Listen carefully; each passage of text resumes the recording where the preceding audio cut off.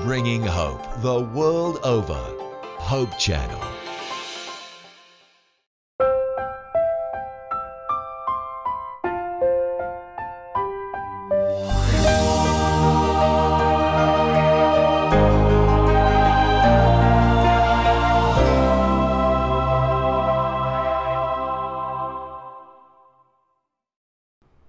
Magandang araw po sa inyo lahat, mga minamahal po namin mga kaibigan.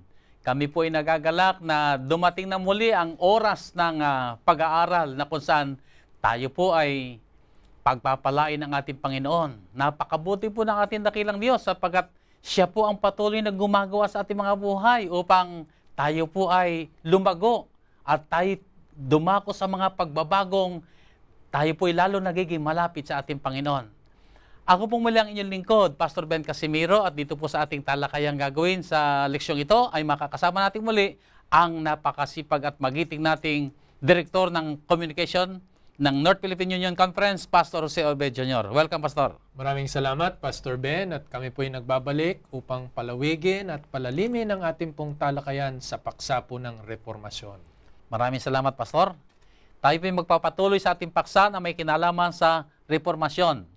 Nang nakaraang linggo po ay ating tinalakay ang pag-usbong ng revival na ito'y naghatid sa atin sa reformasyon. Ngayong linggo naman po ay ating pag-aaralan ang may kinalaman sa kahandaan na lumago at magbago. Sa lesyong ito ay ating makikita ang paglago at pagbabago sa buhay ng mga mananampalataya na ang mga iyo'y bunga o kahayagan ng reformasyon. Bago tayo magpatuloy mga kaibigan, tayo muna po ay dumako sa ating pananalangin. At papungunahan po tayo ni Pastor Orbe. Tayo'y manalangin. Dakilang Diyos, Ikaw ang kahayagan ng katwiran at kabanalan. Ikaw ang nagtatakda at nagpapapangyari ng pagbabago sa aming buhay. Samahan mo kami ng iyong banal na Espiritu. Maranasan namin ang iyong karunungan. Amen. Upang lalo kaming akayin sa tunay na pagbabago ng aming buhay. Sa pangalan ni Jesus. Amen. Amen.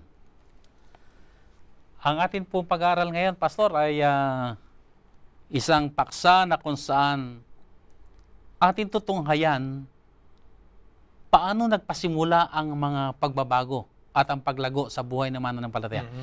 Ano ba ang kahalagahan na tayo maging handa sa mga pagbabago at sa paglago? Alam mo, Pastor, ang kahandaan sa pagbabago at paglago ay itinakda ng Diyos na kalagayan ng tao upang magganap niya o malubos niya ang kapangyarihan na baguhin ang ating katangian, ng ating likas mula sa kasalanan patungo sa kanyang katwiran. Nangangahulugan na ito'y kalagayan na inilaan niya o itinakda niya sa atin na sa ganitong paraan lamang siya gagawa ng pagbabago sa atin.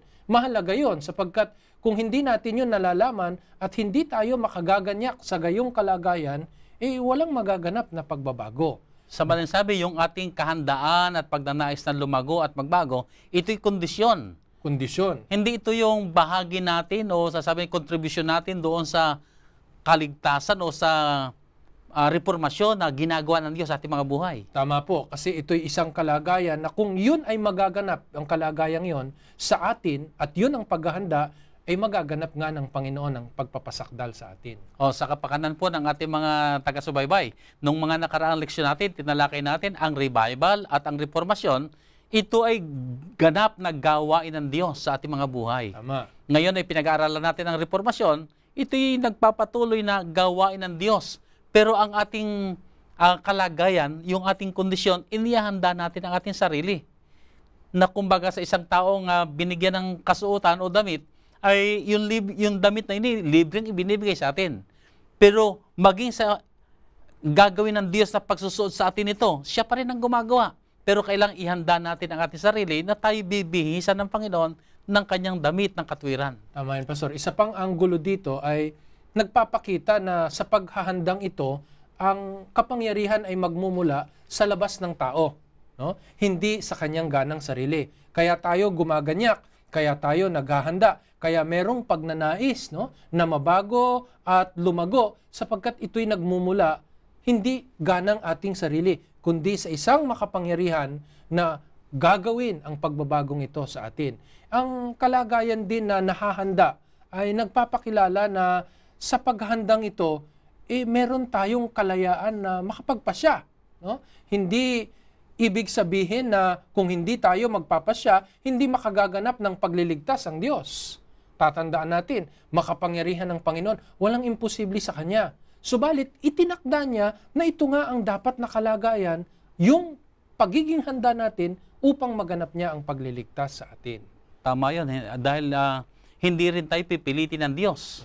Kung ayaw natin, ay wala rin siyang magagawa. Bagamat siya makapangyarihan sa lahat, bagamat pwede niya tayong pilitin kung gusto niya, pero hindi niya lalabagin yung ating kagustuhan. Tama Kaya narito yung punto na ihanda natin ang ating sarili upang kung magkagayon, malubos ang kanyang paggawa sa ating mga buhay. At ang ating pinag-aaralan dito ngayong reformasyon ay panawagan na tayo maging handa, maging lubos ang ating kahandaan sa paggawa ng banal espiritu sa ating mga buhay. Para rin pala, Pastor, yan, yung inihahanda sa operasyon.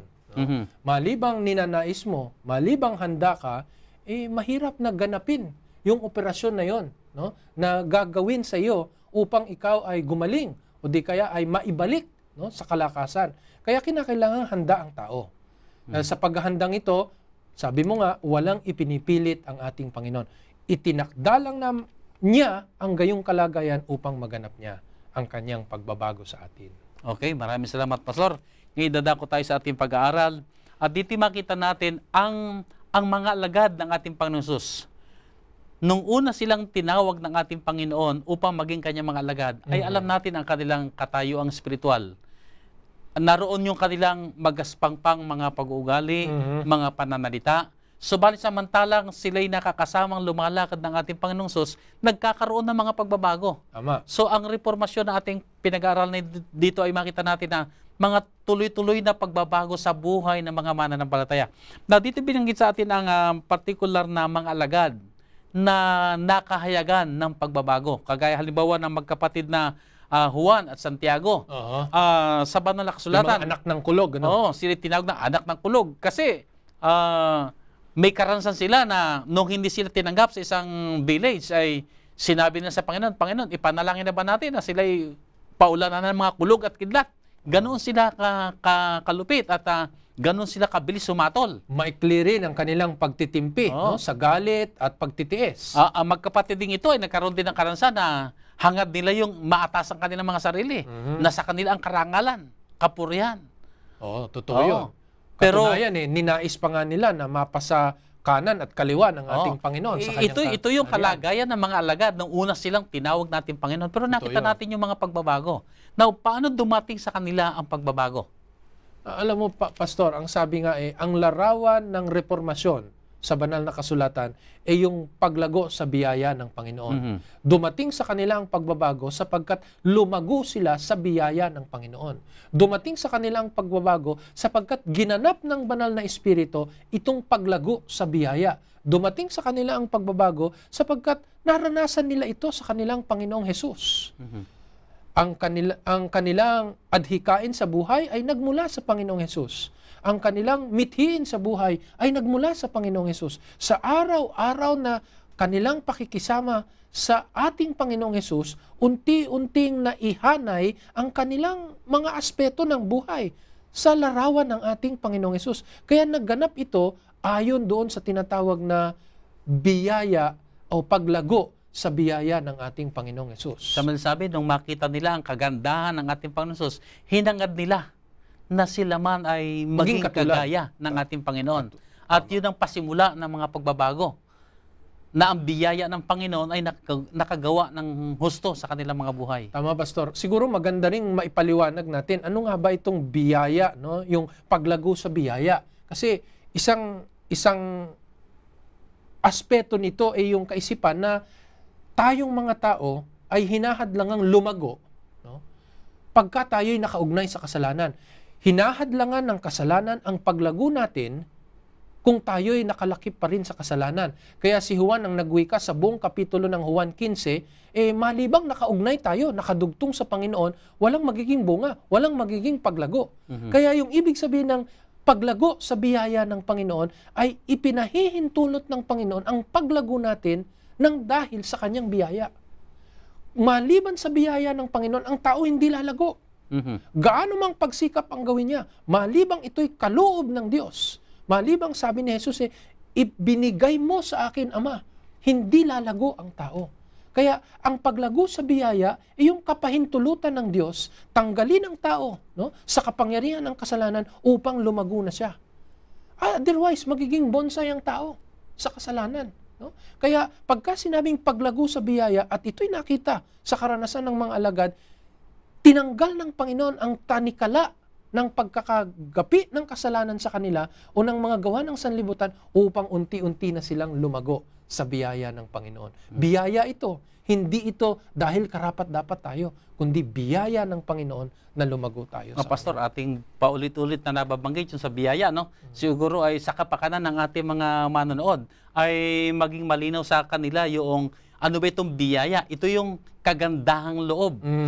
Kaya ito yung makikita natin sa Bible, yung salitang biyaya ng Diyos, ito'y nangangahulugang ang kagandahang loob ng Diyos na ito'y nahayag sa atin. Bagamat hindi tayo karapat-dapat, pero pinakitaan tayo. Kaya kapag sinabi natin tayo lumago sa biyaya ng Diyos, ang ibig sabihin nito ay yung kagandahang loob ng Diyos ang siyang umakay sa atin upang tayo ay lumago. At maging malapit sa Kanya. So, palaging sa kapangyarihan ng Diyos, kaya tayo nagkakaroon ng revival at reformasyon. Maliban nga doon, walang mangyayari talaga sa atin. Kapag hindi gumawa ang Diyos sa atin, mananatili tayo sa ating kalagayang bansot sa pananampalataya. Kaya makikita mo dyan, Pastor, sa ganyang kaisipan, yung kagandahang loob ng Panginoon, talagang wala tayong ambag. Wala tayong maiaambag nga sa ating kaligtasan. Kasi sa pasimula pa lang, Diyos nga sa kanyang kagandahang loob ang nagtatanggal sa atin sa tanikala ng kasalanan upang tayo'y lumago sa Kanya. So ang ating naging bahagi dito ay inihanda natin ang sarili natin. Totoo yun.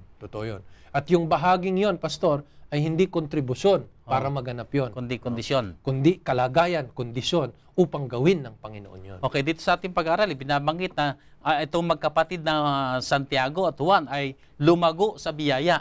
So nakita natin yung dati nilang pagkatao. Pero nung sila lumakad kasama ng ating Panginoon, lumago sila sa biyaya ng Panginoon. Ano nangyari sa kanila? Abay, siyempre, nakitang ang pagbabagong ito ay hindi lamang sa kanilang mga salita, kundi sa kanilang tunay na buhay. Na dati si Juan ay mahilig itaas ang kanyang sarili. Ngayon ay may lubos na pagpapakumbabang nakikita sa kanya. Dati wala siyang pagnanais na umibig sa ibang bagay o sa ibang kapwa. Parating ganang kanya lamang sarilang inisip niya. Pero ngayon, tinagurian siya. Pagkatapos na siya'y biyayaan ng Panginoon, pagkatapos na siya'y baguhin, tinagurian siyang beloved disciple. Ibig sabihin, nakakilala sa kabutihan at pag-ibig ng ating Panginoon.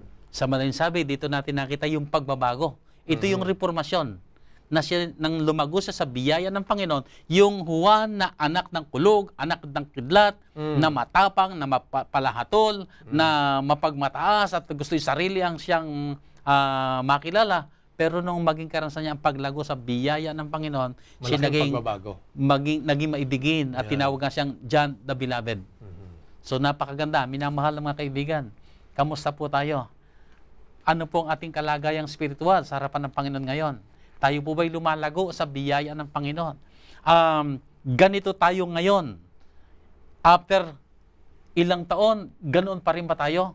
O siguro sabihin natin ilang taon na tayo sa pananampalataya? 10 taon. Yung ugali ba natin noon at yung ugali natin ngayon, pareho pa rin? Hindi natin nagiging karasan ng biyaya ng Panginoon. Opo, Pastor. Siguro, ang pinakamadaling panukatan dyan yung pagka nakakarinig tayo ng mga salita na aakayin tayo sa pagbabago, ito ba'y tinatanggap natin sa ating sarili? O ang itinuturo natin, yan, sakto yan kay Ben. Sana nandito si Juan para napakinggan niya kasi yan ang dapat na mabago sa kanyang ugali. Yun ang magandang panukatan. Meron ba tayong puso na handa na tanggapin, nangungusap ang Panginoon sa akin? O ang nakikita natin yung ating kapwa. Ganon si Juan noon. Pero nung binago ng Panginoon, parati siyang nakakakita ng isang bagay na dapat baguhin sa kanyang buhay.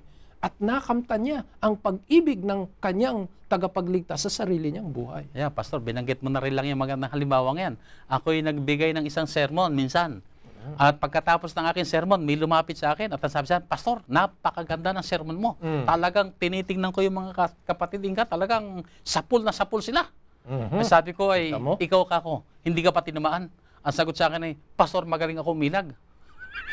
Yan ang kalungkutan Yan dyan. ang malungkot dyan. Oo. Dito natin makita yung kakulangan pa sa paglago. Kasi nga, dapat handa ka eh. Oo. At hangarin natin. Kinikilala natin na tayong lahat ay wala pang perpekto sa atin. Pero hangarin natin ang paglago. Hangarin natin na sa araw-araw na lumilipas, higit tayo nagiging kawangis ng ating Panginoong Hesus. Alam mo, Pastor, meron din kaisipan kay Juan at kay Santiago, no, na pinasakdal sila ng Panginoon. Ito ba'y nangangahulugan na nakaabot sila talaga sa kalagayan na wala na silang kasalanan? Na yung reformasyon ay tunay na nagpasakdal sa kanila na nasa kalagayan sila na hindi na sila nakakaranas ng kasalanan eh. Yun ang marahil iniisip ng marami. Kaya marami rin ang nanlulupaypay na sa kabila ng kanilang pagsisikap, pag kayo'y hindi naganap, sira ang kanilang kalooban. Ang katotohanan, Pastor, ay tayo'y makasalanan. At hanggang sa dumating ang ating Panginoon Hesus, mananatili tayo sa ating kalagayang makasalanan. Pero ang kaibahan nito na tayo nagiging malapit sa Panginoon, yung ating pananaw sa kasalanan. Dati ito'y ating kagalakang ginagawa. Dati-rati, yung bang normal lang natin ginagawa yung kasalanan. Pero habang tayo lumalapit sa Panginoon, yung ating pananaw sa kasalanan ay parang nalulungkot na tayo ngayon kapag nakakagawa tayo ng kasalanan. Totoo yun. At umiiyak na tayo sa Panginoon, Panginoon, saklolo mo ako sa aking mga kasalanan. Ayaw na natin. Ito yung mga pagbabago na gaganap. Dati ay okay lang, pero ngayon hindi na okay. So ganito yung pagbabago na gaganap sa buhay ng tao kapag tayo ay lumalago sa biyaya ng Panginoon. Nagkakaroon tayo ng pagkamuhi sa kasalanan. Na dati hindi. Hindi. Nakikita ko rin yan, Pastor, sa paghahalimbawa na habang tayo'y nasa ganitong katawang lupa, no, ang pagkakahilig natin sa pagkakasala, yung kasakdalan na hindi ka na magkakasala, Diyos lamang ang makapaggagawad sa panahon na kanyang itinakda sa kanyang pagbabalik. No? Sabi mo nga, habang naririto tayo, walang magiging tunay na kalagayan na hindi na tayo nagkakasala. Subalit sapat ang biyaya ng Panginoon upang dalhin tayo sa ganong kalagayan. Katulad ng bituin, Pastor. Pagka ikay naglalakbay sa dagat, may sinusundan kang bituin eh. No? Hanggang na doon sa abot ng matatanaw mo. Sinusundan mo yung bituin na yun, pero alam mong hindi ka makakarating sa bituin. Di ba? Hindi mo talaga mararating yung bituin na yun eh. Pero sinusundan mo pa rin yun, inaakma mo pa rin yung iyong hanay para nang sa ganon ay makarating ka doon sa nais mong paroonan. Ganon din ang kasakdalan ng Diyos. Hindi natin maaabot hanggang ganang atin. At dito sa ating leksyon ay binanggit dito sa aklat ng unang Juan, Kapitulo 1, talata 9, na bagamat ayaw natin magkasala, pero mapagkami sa hindi kakasala. Pero narito rin ang pangako ng Panginoon sa Kapitulo 2 na kung sino man yung magkasala, di lumapit tayo sa ating Panginoon. At siya'y magpapatawad. At siya'y tapat. Tama yun. Na handa siya magpatawad. Naunawaan ng Panginoon yung ating kalagayang tayo nasa makasalanang kalikasan. Pero yung ating pananaw sa kasalanan ay patuloy na nagbabago samantalang lumalago tayo sa biyaya ng Panginoon. Kaya dyan sa leksyon natin, Pastor, kung mapansin ng ating mga tagasunod, ay talagang idinidiin dyan na hindi dapat ikalugmok ng ating diwa. No? Na pagka may dumadating na mga kapighatian at sabihin na nating failures, no? Yung hindi natin pagtagumpay laban sa mga kasalanan, huwag tayong titigil. Sapagkat ang Diyos ay tapat. No? Kung papaanong ipinangako niyang kalakasan, magpapatuloy tayo sa kalakasan ng Panginoon. Ang mahalaga dito, Pastor, ay yung tapat yung puso natin, humihingi tayo ng patawad. Siguro dito nga naakay ibang mga tao na sinasabi nila, Pastor, ako'y nagsasawa na rin sa kasalanan. Paulit-ulit ko nang nagagawa, inhingi ko naman ng patawad, pero palagi ko pa rin nagagawa. Magpatuloy lang tayo na lumapit sa Panginoon. At handa naman siya palagi magpatawad. At yun ang naging karanasan ni Juan at ni Santiago. Yan. At kaya nga sinabi na yung biyaya ng Panginoon, yung kagandang loob ng Diyos, ang siyang umaakay sa atin sa paglago. Alam mo, Pastor, sa aking karanasan, tayo naman lahat ay makasalanan. Pero ang nagiging iba nito, habang nagiging malapit tayo sa Panginoon, napipighati na tayo sa paggawa ng kasalanan. At alam mo, Pastor, ang nag-uudyok sa akin, huwag na magkasala, ayoko na sa kasalanan. Kapag naalala ko ang kabutihan ng Diyos, sinasabi sa talaga, Panginoon, ayaw ko na magkasala. Naranasan ko ng kabutihan mo at nakita ko na kung paanong napipighati ka, nalulungkot ka. Ayaw ko na noon. Tama yun. At yung kabutihan niyang yun ang umaakay sa akin, kaya ako patuloy na naghahangad na layuan ng kasalanan at huwag bibigay sa mga tukso at mga pagsubok. At hindi po pwedeng minsan lang yan. Oh. Araw-araw nagkakaroon tayo ng pagpapasakop. Kung magkamali man o nakalimot o nakagawa ng hindi sinasadya, nandoon talaga yung kapighatian lumalapit sa Panginoon na humihingi ng tapat na paghingi ng patawad. At sa ganitong kalagayan, nagiging handa tayo. Kaya po pwede tayong ganyakan ng Panginoon ng kanyang kabanalan at katwiran. Tama yon. Dito sa ating pag-aaral, Pastor, ay binabanggit yung kapangyarihang pumili. Dito sa aklat ng Pilipos, Kapitulo 2, sa talatang 12 ay binanggit ni Pablo ang mga salitang gawain ng inyong sariling pagkaligtas. Ano ba ang kahulugan nito? O sa wikang Ingles, ang sabi ay work out your own salvation. Pilipos, Kapitulo 2, Talatang 12. 12, mainam siguro, Pastor, mabasa natin yan. Kapitulo 2, ang talata ay 12. Kaya nga, mga minamahal ko, kung paano ang inyong laging pagsunod na hindi lamang sa harapan ko, kundi bagkus pa nga ngayong ako'y wala, ay lubusin ninyo ang gawain ng inyong sariling pagkaligtas na may takot at panginginig. No? Nangangahulugan ito, Pastor, sa salitang Griego na pinagmula ng ating talata, yung kaisipan na ilagay natin sa ating mga sarili upang maging ganap at sakdal ang ginawang pasimula na gawain ng Panginoon.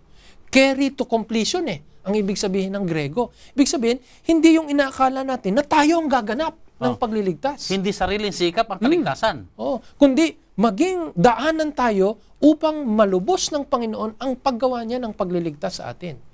Baka kasi ang iniisip ng marami sa talatang ito ay tayo pala ang gagawa para sa ating kaligtasan. Hindi po. Kailangan pala magsikap ako para ako'y maligtas. Nako, mapanganib yun, Pastor. Sapagkat ang kaligtasan natin ay sa biyaya ng Panginoon, sa pananampalataya at hindi sa mga gawa. Kaya itong talatang ito, Pastor, napakabuting maunawaan ng ating mga kapatiran, ng ating mga manonood kasi baka maakit tayo sa kaisipang kailangan pala ako magsumika para ako maligtas. At kung minsan may nadidinig din ako na, oy, sumimba ka naman para maligtas ka. Ay nako, malungkot yun. Malungkot na karanasan yon. At nakakapagtanong pa nga tayo, bakit nagkaganon, Panginoon? Ako na may 9 sa 10 kautusan mo aking sinusunod. Isa lamang.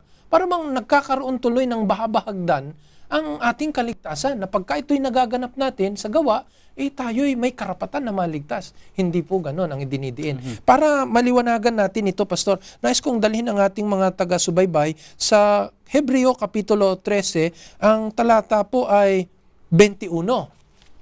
Maaari bang basahin mo yan, Pastor? 21 ng Hebreo 13. Ganitong wika. Ay pakasakdalin nawa niya kayo sa bawat mabuting gawa upang gawin ang kanyang kalooban. Na gawin sa atin ang nakalulugod sa paningin niya sa pamamagitan ni Jesucristo na mapasa kanya nawa ang kaluwalhatian magpakailanman siya nawa. Kaya si Jesucristo ang gagawa ng kalugod-lugod sa kanya sa ating mga buhay. No? Hindi tayo ang nagpapasakdal sa atin. Kaya pag sabi dito, pasakdalin nawa, ibig sabihin, hindi tayo, kundi isang kapangyarihan sa kalagayang ito si Jesucristo na gumagawa sa atin. Ang isa pang patibay dito, Pastor, masusumpungan natin dito sa Pilipos, Kapitulo 1. Ang talata ay 6. Basahin mong muli, Pastor. Na ako'y may lubos na pagkatiwala sa bagay na ito, na ang nagpasimula sa inyo ng mabuting gawa, ay lulubusin hanggang sa araw ni Jesucristo. Maliwanag, Pastor? Kaya wala tayong siya yung kontribusyon. Nagpasimula. Siya yung magpapatuloy na aakayin ito sa pagtatapos. Hanggang tayo'y maging sakdal at ganap. Kaya ang Panginoong Hesus ang tunay na pasimula at hangganan ng ating pananampalataya. Wala tayo ditong kaambagan upang tayo'y maligtas. Malibang isipin mo na, mabuti nga, tinanggap ko yan kung hindi ako ligtas. Awkward, hindi ba? Hindi nakapagpapaliwanag ng maigi ng kaligtasan natin. Kaya wala tayong maipagmamalaki sa Panginoon. Ang pagiging handa natin sa paglago, sa biyaya ng Panginoon ay kalagayan o kondisyon ng pagliligtas ng Panginoon at hindi ito ambag o kontribusyon natin sa ating kaligtasan. Dito sa ating pag-aaral, binabanggit na yung ang biyaya ng Panginoon siyang nagliligtas. At ang biyaya rin ito ang siyang aakay sa atin sa pagsunod. Tama yun. Kung tayo man ay nakipagtulungan sa Kanya, kundi sa kalagayang inihanda natin ng sarili natin sa lubos na paggawa ng banal na Espiritu, naggawa rin natin yon sa kanyang biyaya. Totoo yun. So ang biyaya ng Diyos ang nagligtas sa atin, ang biyaya ng Diyos ang tumutulong sa atin, ihanda natin sarili, at ang biyaya ng Diyos ang aakay sa atin sa lubos na kaligtasan. Kaya mainam, Pastor, basahin natin yan sa Pilipos Kapitulo 2, ang talata po ay 13. Sapagkat Diyos ang gumagawa sa inyo, maging sa pagnanasa at sa paggawa, ayon sa kanyang mabuting kalooban. Kaya naririyan ang sagot, Pastor.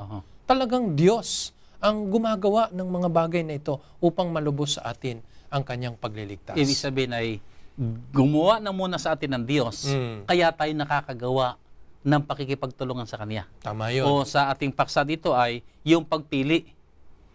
Pinili natin ang ihanda ang ating sarili sapagat gumagawa na ang Diyos sa ating mga buhay. Tama yun. O di kaya ilaan ang ating sarili upang ganapin ng Panginoon ng lubusan ang pagliligtas sa atin. Okay, napakalinaw pa, Pastor. Ngayon po dadako tayo sa susunod nating paksa rito. Minsan ba makita natin ang mga alagad? Dito binabanggit si Pedro at Tomas na sila'y mayroong mga magkakaibang ugali nung pasimula silang tinawag na ating Panginoong Hesus. Paano natin nakita ang mga pagbabago sa kanilang mga buhay? Maganda rin pag-usapan yan, Pastor, kasi si Pedro ay nagmula sa kaisipan na malaki ang tiwala niya sa sarili niyang mga gawa, kakayahan, ano? At si Tomas naman, malibang makita niya, hindi siya maniniwala. Doon sila yan ang kanilang kalagayan. Pero nang sila'y baguhin ng Panginoon, no, si Pedro ay naging lubos na mapagpasakop sa Panginoon. No? At sa halip na pagtiwalaan niya ang kanyang ganang sarili, ngayon nakalagak na ang kanyang pagtitiwala sa ating Panginoong Hesus. Kaya nang siya'y hamunin na tumigil sa pangangaral, ang sabi ni Pedro ay, pipiliin ko ang Diyos, no, kaysa sa sumunod sa tao. Sa ganitong kalagayan, nakita mo na hindi lamang yung pamamaraan ni Pedro ang nabago, kundi bukal sa kanyang puso ang ginawang pagbabago ng Panginoon sa kanya. Sa sabi ay nagkaroon ng character transformation. Sila'y nabago dahilan sa kabutihan ng ating Panginoon. At gayon din kay Tomas. Kay Tomas at kay Pedro, na sila'y parehong nasa kanilang mga kahinaan. Pero kinilala nila yung kanilang kahinaan at nang kilalanin nila ang kanilang kahinaan, kanila ring inasahan ang Diyos at tumiwala sila sa Diyos na sa kapangyarihan ng Diyos sila'y mababago. Tama yun. Tama yun. Okay, Pastor. Dito pa sa isang pag-aaral natin ay binabanggit ang tungkol sa karanasan ng alibugang anak. Alam natin ang kwento nito sa Aklat ng Lucas kung paano yung anak na ito ay umalis ng tahanan, iniwanan ng kanyang ang magulang. At nilustay niya ang kayamanan ng kanyang ama. Kinuha ang kanyang bahagi.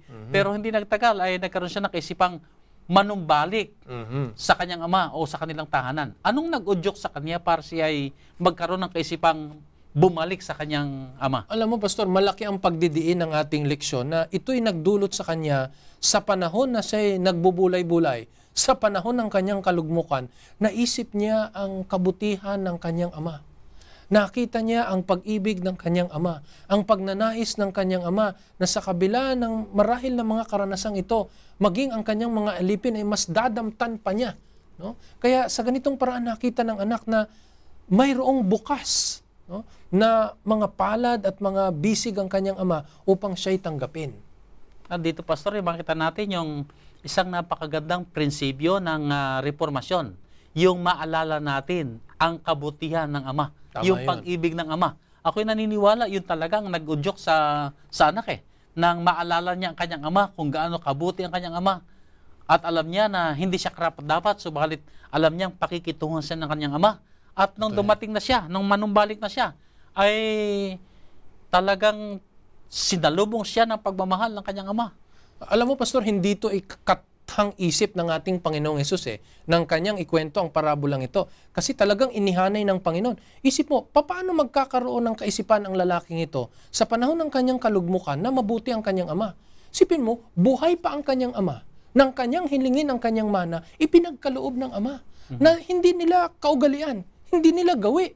No? Ito'y nakakamtan lamang sa panahon na ang nagpapamana ay marahil ay namatay na o di kaya ay pinili sa kanyang sariling kagustuhan. Pero siya ang humingi. No? Para bang sinabi niya mainam pang patay ka na. O kaya wala akong pakinabang sa iyo, mainam pa ibigay mo sa akin. Pero sa kabila ng kanyang ginawa, ang pinili ng Ama ay ipagkaloob sa kanya ang kanyang hinihiling na mana. Dito Pastor, sa kwentong ito ng alibughang anak ay makita natin ang mahalaga mga prinsipyo. No? Unay, makita natin tayo kailangan makipagtulungan sa ating Panginoong Hesus. Na kung makita na natin yung ating abang kalagayan, ay tumingin na tayo sa Kanya. Tumawag na tayo sa Kanya. At pagkatapos ay magpasakop tayo sa udyok ng Banal na Espiritu. Na inuudyokan tayo na tayo bumalik at naaalala natin yung kabutihan ng Ama. Ang mga ito'y paggawa ng Banal na Espiritu. Tama yung sinabi mo, Pastor, na hindi naman basta lang naisip nung alibugang anak na ang kanyang amay mabuti. Kundi naroon ang paggawa ng Banal na Espiritu na maalala natin kung gaano kabuti ang ating Diyos at ang tayo manumbalik sa Kanya. Totoo yun, Pastor. Ididiin lang po natin, Pastor. Baka inaakala ng ating mga tagasunod na sharing itong na magiging karanasan ng ating pagliligtas na 50% pakikipagtulungan natin at 50% ay ang ginawad ng Panginoon na pagliligtas. Hindi po. Ang sinasabi po ditong cooperation o yung pakikipagtulungan natin sa Diyos doon sa kalagayan na maihanda tayo na tanggapin ang biyaya ng Panginoon. Hindi doon sa pagganap ng pagliligtas sa atin. Maliban na yung maunawaan natin, baka isipin natin na tunay ngang ang pagliligtas ng Panginoon ay cooperation ng Diyos at ng tao sa larangan ng paglalaan ng paraan upang tayo maligtas. Hindi po. Maliwanag yun, Pastor. At dito sa ating pag-aaral ay napakahalaga na ating kilalanin na tayo ay makasalanan at nagkamali. At yan ang konviksyon. Napakahalaga, Pastor, na gumawa tayo ng pasya na manumbalik tayo sa Diyos. Yan, kaya merong freedom of choice. Pero meron pang isang mahalagang sangkap na kailangan nating maging karanasan. At ito ay ang pagganap na may pananampalataya. Yes, act of faith. Dito sa ating pag-aaral, binanggit sa Aklat ng Juan, Kapitulo 5, ang kwento ng isang lalaki na may sakit sa loob ng 38 taon. Yeah. At tinanong siya ng ating Panginoon, gusto mo bang gumaling? Oo. Pastor, ito ba'y kailangan pa itanong? Ay 38 taon na siya naghihirap sa kanyang karamdaman. Alam mo, Pastor, bukod dyan sa katanungan, kailangan pa bang itanong naisip ko rin pwede naman hindi na tinanong ng Panginoon. No? Maaring ginanap na lamang niya ang pagpapagaling. Subalit nakita mo na dinidiin ng Panginoong Hesus ang kahalagahan ng pagganap ng ating pananampalataya.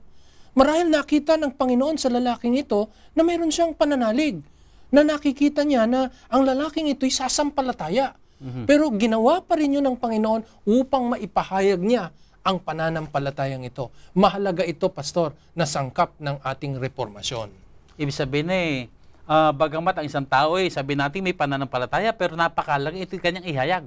Siyempre, hindi lang ihayag. Talagang gagawa siya ng hakbang upang ganapin yun sa pananampalataya. Kasi kaya ko naitanong ito dahil may mga tao o may mga kakilala tayo na sinasabi, ako'y nananampalataya, pero hindi nila maisabi. Katunayan, Pastor, marami ang hindi nagtatagumpay sa reformasyon sapagkat dito hindi ito nagaganap. Tumitigil na sila doon sa conviction, doon sa freedom of choice, no? At yung grace o biyaya ng Panginoon. Hindi sila humahakbang sa pananampalataya. Kaya sa kwento natin, ang sabi ng Panginoon tumindig ka. Di ba? At dalhin mo ang iyong higaan. Iyon ay nagpapakita ng nalalaman ng Panginoon ng lalaking ito ay may pananampalataya. Kinakailangan lamang niyang ganapin ang kanyang pananampalataya. So kinakailangan ihayag niya yung kanyang pakikipagtulungan. Tama. Pakikipagkaisa. Ang kapangyarihan ng Diyos ay gagawa na sa kanya. Pero kailangan ihanda niya ang sarili na siya ay makikipagtulungan Totoo yan, sa Panginoon. Pastor. Yung kondisyon na siya ay kahayagan ng kapangyarihan ng Panginoon. Pastor, meron ako isang nadinig na isang ilustrasyon sa isang sermon na meron doon may isang village na sila sama-samang nanalangin. Humiling sila sa Panginoon na bumuhos ng ulan sapagkat mahabang panahon na silang dumaraan sa tagtuyot.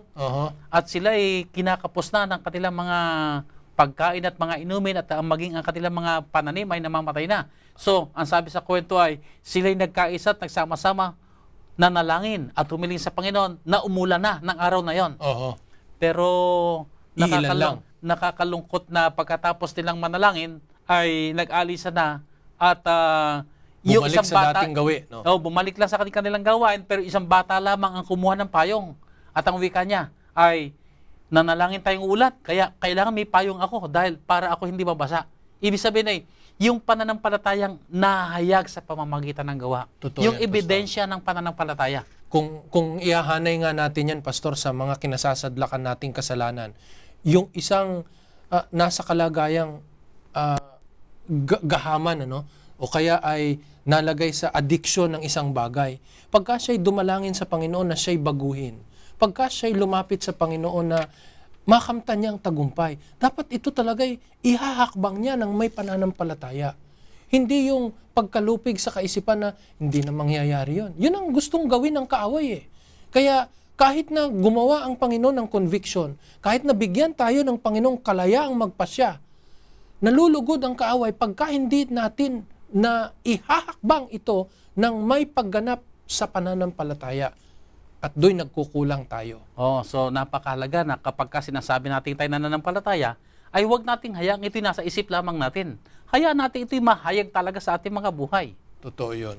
At dito tayo nagkukulang kung minsan. Yung bang tayo para bagang nananahimik lang. At tayo iniisip lang natin, basta ako'y nananampalataya, nauulan. Pero anong nakikita sa atin? Ako'y nananampalataya na ako'y pagpapalain niya. Pero anong ating kilos? Napakagandang kaisipan yung pagkatapos nating humingi sa Panginoon at pinahayag natin ang pananampalataya natin, ay sasabihin natin na, Panginoon, maraming salamat. Ako'y nagpupuri sa iyo at nagpapasalamat sapagkat alam ko ikaw'y tumugon na. So, ihayag natin ng ating mga labi, ihayag natin ang ating magpagkilos na kung ano yung ating pinaniniwalaan, ihayag na natin sa ating buhay. Totoo yun. Pwede mo ngang isipin na, Panginoon, gusto ko pong makapagbago, gusto kong maging bahagi ng iyong gawain. Pero wala kang ginawang hakbang upang maging kasangkot ka sa gawain ng ating Panginoon. Yo'y hindi magdadala sa atin sa tunay na reformasyon. Okay, maraming salamat, Pastor. Napakaganda ng ating pag-aaral. Subalit, muli ay dumadako na tayo sa pagtatapos ng ating oras. Ang iyong huli mga pananalita, Pastor, tungkol dito sa ating pag-aaral? Ang paghahanda ay gawain ng banal na espiritu sa ating mga buhay. Nagpapasya tayo sapagkat banal na espiritu rin ang gumaganap ng mga bagay na ito sa ating buhay. Pagka naihanda ng banal na espiritu at meron tayong lubos na pagpapasakop sa Diyos, gaganapin walang pagsala ng Panginoon hanggang sa panahon na ito'y malubos sa atin ang pagbabago at paglago sa biyaya ng ating Panginoong Diyos. Maraming salamat, Pastor. Mga minamahal namin mga taga-subaybay, napakaganda po ng ating pag-aaral tungkol sa reformasyon na ito ay nagiging kaganapan ng isang mananampalataya sapagkat ang biyaya ng Diyos ay gumagawa sa kanyang buhay. Amen. Minsan pa tayo dumako po sa ating pagtatapos at tayo pong lahat ay manalangin. O dakila at banal naming Diyos na nasa langit, tuloy-tuloy po kaming nagpupuri sa inyo. Pinararangalan namin kayo na kayo ay tapat na Diyos na palagi ang nagmamahal sa amin. Kinikilala rin namin patuloy, O Diyos, ang inyong biyaya ay sapat tungo sa aming mga pagbabago, tungo sa aming mga paglago, sa aming mga Kristiyanong pamumuhay. Nananampalataya kami, Panginoon, sa kapangyarihan ng Banal na Espiritu na patuloy na gumagawa sa aming mga buhay. Maabot namin ang inyong panukala na kami lahat, O Diyos, ay makapaghayag ng kagandahan ng larawan ng aming Panginoong Hesus. Ama, idinadalangin nga po namin, kailangan po namin ang inyong banal na Espiritu. Kailangan po namin, Panginoon, ang inyong biyayang bumabago sa aming mga buhay upang kung magkagayon, kami po'y maging kapakipakinabang sa inyong banal na harapan. Maging mabisang kasangkapang inyong gagamitin sa inyong nagtatapos na gawain. Hayaan niyo, Panginoon, sa pamamagitan ng aming mga buhay at mga paglilingkod, ay palagi lamang kayong maluwalhati dyan sa kaitaasan. At ngayon, Panginoon, muli po ang aming pamanhik sa inyo para sa amin po mga manonood, sa lahat namin mga taga-subaybay, saan man sila naroon, O Diyos, ano man ang kanilang kalagayan ngayon, hinihiling po namin, ipatong niyo po sa kanila ngayon ang inyong mapagpalang kamay. Amen. Ang inyong kapangyarihan ay mahayag sa kanilang buhay. Ang inyong kabutihan ay palagi nilang maging karanasan. At hayaan po niyo, Panginoon, ang mga pagbabago at mga paglago, sama-sama namin maging karanasan para sa inyong kapurihan at kaluwalhatian. At kung magkagayon, Panginoon, makilala nga po kami ng sanlibutan na kami ang inyong mga anak at kami ang inyong mga lingkod na patuloy na gagamitin sa inyong nagtatapos na gawain. O banal na Diyos, Maraming salamat po sa pagtugon sa aming mga dalangin at sa kagalakan na kayo, Diyos, ang nagahari sa aming mga buhay sa pangalan ng aming Panginoong Hesus. Amen. Amen. Muli po mga minamahal namin mga kaibigan, maraming salamat po na kami inyong sinamahan dito sa pag-aaral ng salita ng Diyos, dito pa rin sa programang Oras ng Pag-aaral. Muli ang aming paanyaya na sa darating pong linggo, samahan niyo po kaming muli at tayo pong lahat ay sama-samang makinabang sa salita ng ating Panginoon. Maraming salamat, magandang araw po sa inyong lahat.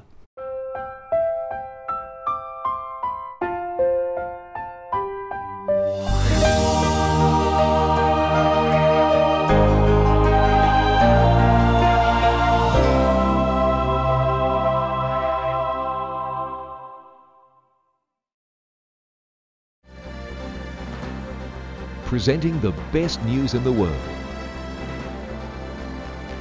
You're watching the Hope Channel. Hope Channel viewers are loyal, encouraging friends and neighbors to watch. Why? Our viewers believe that Hope Channel not only enhances living, but changes lives through its compelling lineup of programs. Documentaries take subscribers around the world and back through time, visiting places where history was made. Fascinating biographies open up the lives and times of people who made a difference. Travel programs transport the viewer around the world, demonstrating how people work together to make a better planet.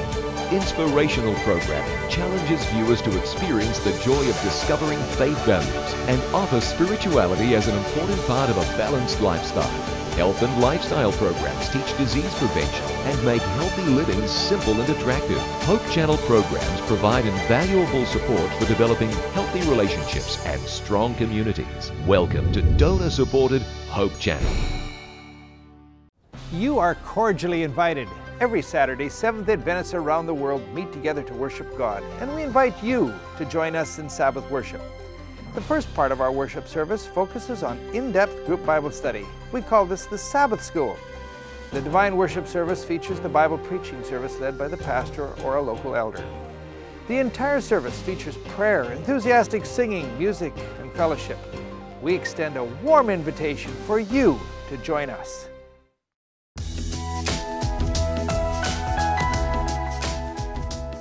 With the high rate of divorce today, many young adults who are dating are wondering if it's worth it to be married. Is it possible to be happy in marriage? Well, one of the challenges of marriage is that oftentimes people are either too negative or too idealistic about their relationship. Marriage can be great, but because no one is perfect, there are no perfect marriages. So couples need to learn that there will be bumpy times as well as great times. And because of that, they need to realize that people will make mistakes. And so you need to learn to be forgiving, understanding, and realize that there's no perfect marriage because there are no perfect people. But if you are aware of that fact and you know that marriage is difficult, then you can prepare yourself and respond in a way that's constructive and that can build your marriage.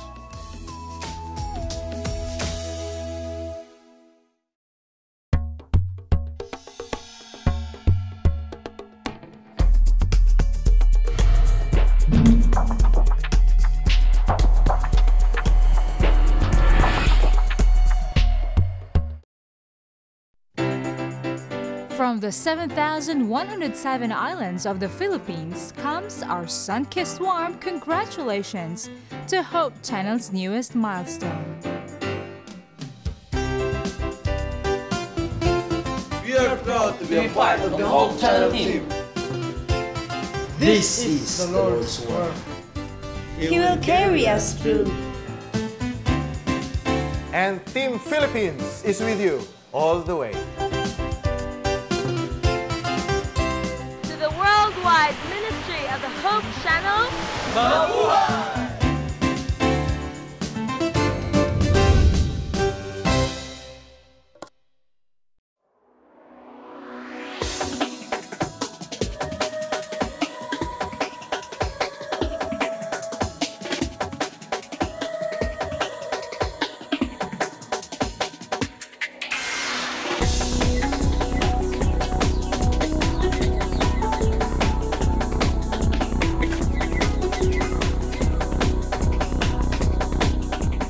Have you ever wondered if all the money spent on television is worth it?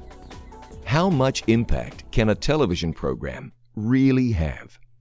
In the early 1970s, Pastor Henry Feyerabend was invited to work with the Portuguese-speaking community in Toronto, Canada. There were approximately 250,000 Portuguese-speaking people in that city, and at that time, there was no Adventist presence among them. God impressed Pastor Feyerabend to create a television program to reach this group. TV stations at that time did not focus on multicultural programming, and it was nearly impossible to get television airtime. But after much persistence, Pastor Feyerabend met a man that had purchased half an hour on television. Pastor Feyerabend pestered the man over and over again until he was finally offered 5 minutes on each program for the outrageous total of $4,000. I think he gave him that price thinking that Pastor Henry would have walked out the door and said, "This is ludicrous." Henry said, "Where's the contract? Let me sign it." Walks out of the man's office. He's got this $4,000 contract he just signed. He's got 6 members in his church. He says, "You know what, this is ludicrous, this is ridiculous, this is crazy. Where am I gonna get the money to pay for this?" He says, "I better go back and tell this guy I made a huge mistake." But then he stops midway and he says, "But what if this door is being opened by God?" Anyway, he decides to head back to this little Ukrainian church that this Portuguese group was renting a room there. He goes to the mailbox as soon as he arrives at the church, and in the mailbox is a letter addressed to him personally. He thought that was kind of strange. He opens this envelope. Inside is a note from a friend he hadn't seen in 20 years. The gentleman's name was Dr. Edgar Latimer from Massachusetts. A little note in there simply said, "Henry, I thought you might need this. Enclosed is a $1,000 check."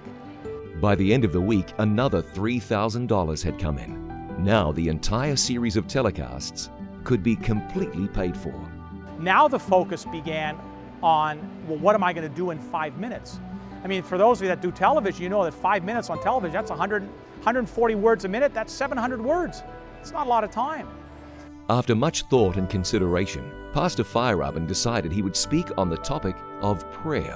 Those first 5 minutes were live, and in the 700 words he spoke, he said, "Some people tell me God is dead, but I know He is alive because I just spoke to Him." That resonated with his audience. The program comes to an end. Pastor Henry says, "If you're watching this program and you'd like to receive a Portuguese Bible, call the number that appears on the screen right now." And after that telecast, we got 28 requests for Bible studies. Among the 28 callers, there was a very special couple. Well, that couple was my mom and my dad. My mother and father watched that very first program that Pastor Henry put on the air. My mom and dad called for the Bible. My mom and dad accepted the offer to study the Bible. And as a result, 16 people in my family are members of the Seventh-day Adventist Church today. So, are television programs worth all the effort and investment? The answer for this family is clearly yes. Imagine if Pastor Feyerabend did not listen to God's instruction to record a television program. What if the generous donors never sent in the money? This whole story would have been very different. Pastor Bill Santos's family still watch the It Is Written programs. And they watch and they see that their son is now the speaker on that program. You see, because I also speak on the Portuguese program. And so, you know, we have a tremendous opportunity with media and what the Hope Channel does and what the various television ministries do. I mean, God has given us this opportunity to penetrate into millions and millions and millions of homes. And television ministry is the means by which God is proclaiming His truth in these final days. I sincerely believe that with all my heart.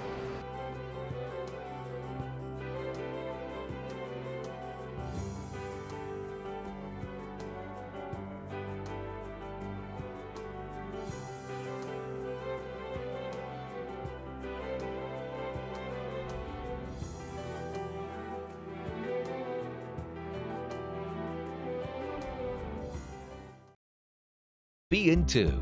Join the Hands of Hope Ministry, a visionary group of Christians rapidly spreading the gospel to all the world, every minute of every day. In large, crowded cities, in high-rise apartments, and in countries where missionaries lose their lives, Hope Channel is there, making a difference and changing lives. After traveling the globe for nearly 40 years, sharing the gospel of Christ, I know of no better way to communicate the gospel than television. You can be a hand of hope in giving the gospel to spiritually hungry people. As a Hands of Hope member, you'll receive monthly reports on Hope Channel's global progress, thrilling mission stories on DVD, and a membership card that allows you 10% off all your book purchases at Adventist book centers across North America. So write, call, or visit us online to receive your free Hands of Hope brochure to learn more about how you can make a powerful difference in God's work with the Hope Channel.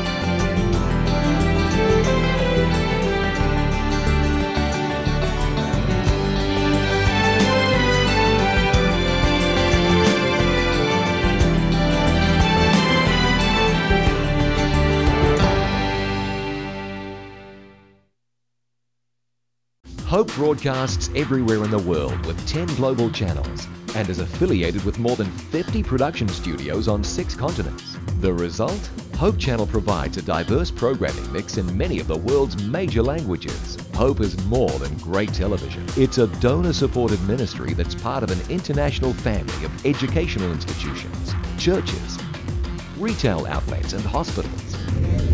Welcome to Hope Channel. Every project, every shooting, every dream that comes true comes with a price, hard work. But with every production, every script, every realized dream comes a renewed heart and life. For every broadcast, every sermon, every song, there is an opportunity to reach hearts. All of these are part of the great mission of life. To plant hope. There are multitudes of people around the world, and God wants to speak to everyone individually, to touch their hearts as if there is no other one. Sometimes this is done through a computer with the living Word. Sometimes a simple pamphlet with the Word. At other times, TV, radio, sometimes the Word through a man, but always a heart in need of love. In Peru, a preacher called out to a man from among the congregation. It was a special live broadcast. Amazingly, it was a man hired to operate one of the cameras on this TV production. We needed his services, but God wanted his heart. A cameraman who had made no commitment to the Lord, but the power of the Word penetrated his heart and mind, and he accepted Jesus. Guillermo, deja tu cámara ahí donde estás. Hoy es una noche de gloria para ti. Guillermo left his post at the camera and came to the front of the church. Te bautizo en el nombre del Padre, del Hijo y del Espíritu Santo. Amén. Guillermo Eduardo abandoned his secular life and was born to a new era. Guillermo, in his media production, was only building the ark, but now this ark became his avenue of salvation. Just as Christ revealed himself in the Jordan as the Son of God, so it was that he revealed himself in the life of Guillermo. God desires to plant his seeds of hope in homes and in churches through the use of satellite media. And Jesus says, "What I tell you in the dark, speak in the daylight. What is whispered in your ear, proclaim from the roofs." This message of hope encourages us to shout from the rooftops through satellite dishes and antennas that Jesus is our hope for salvation.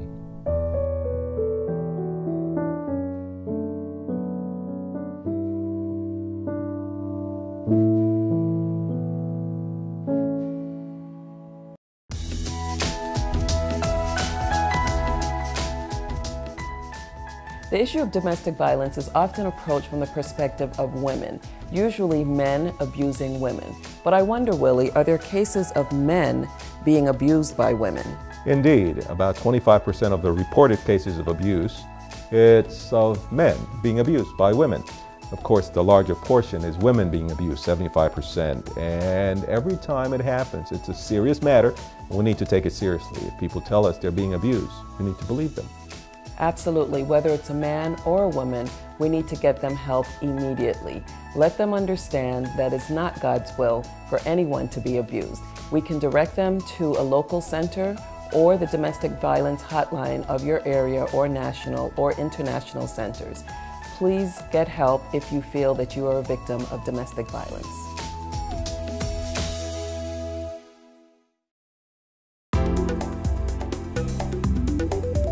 Being held captive by a plant and then killed by it sounds like science fiction. Really? A tobacco plant captures its prey through the stimulation that nicotine supplies and then shackles its victim with the ongoing dependence on this potent drug. Nicotine reaches the brain 7 seconds after inhalation. It is one of the most potent central nervous system drugs, and when compared milligram for milligram, it is 10 times more powerful a mood elevator than heroin, cocaine, or methamphetamine. It works in the pleasure-reward portion of the brain that works with our reasoning and memory. The administration of nicotine causes the sensation of pleasure, the shackles that bind its users. In effect, tobacco use imparts fingertip control over mood and pleasure. But all this is at a price that could cost you your life. Take the step, break the habit. Presenting the best news in the world. You're watching the Hope Channel. Hope Channel viewers are loyal, encouraging friends and neighbors to watch. Why? Our viewers believe that Hope Channel not only enhances living, but changes lives through its compelling lineup of programs. Documentaries take subscribers around the world and back through time, visiting places where history was made. Fascinating biographies open up the lives and times of people who made a difference. Travel programs transport the viewer around the world, demonstrating how people work together to make a better planet. Inspirational programming challenges viewers to experience the joy of discovering faith values and offer spirituality as an important part of a balanced lifestyle.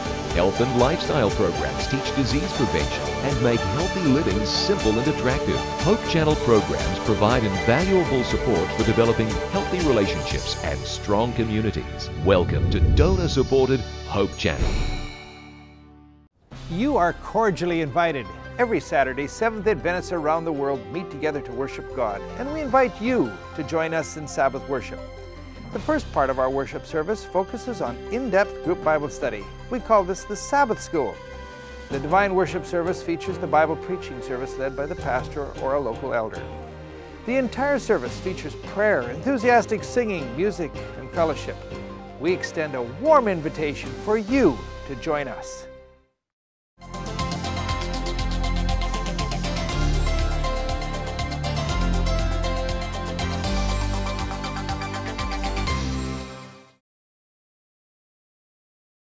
Be in too. Join the Hands of Hope Ministry, a visionary group of Christians rapidly spreading the gospel to all the world, every minute of every day. In large, crowded cities, in high-rise apartments, and in countries where missionaries lose their lives, Hope Channel is there, making a difference and changing lives. After traveling the globe for nearly 40 years sharing the gospel of Christ, I know of no better way to communicate the gospel than television. You can be a hand of hope in giving the gospel to spiritually hungry people. As a Hands of Hope member, you'll receive monthly reports on Hope Channel's global progress, thrilling mission stories on DVD, and a membership card that allows you 10% off all your book purchases at Adventist book centers across North America. So write, call, or visit us online to receive your free Hands of Hope brochure to learn more about how you can make a powerful difference in God's work with the Hope Channel. Hope broadcasts everywhere in the world with 10 global channels and is affiliated with more than 50 production studios on 6 continents. The result? Hope Channel provides a diverse programming mix in many of the world's major languages. Hope is more than great television. It's a donor-supported ministry that's part of an international family of educational institutions, churches, retail outlets and hospitals. Welcome to Hope Channel.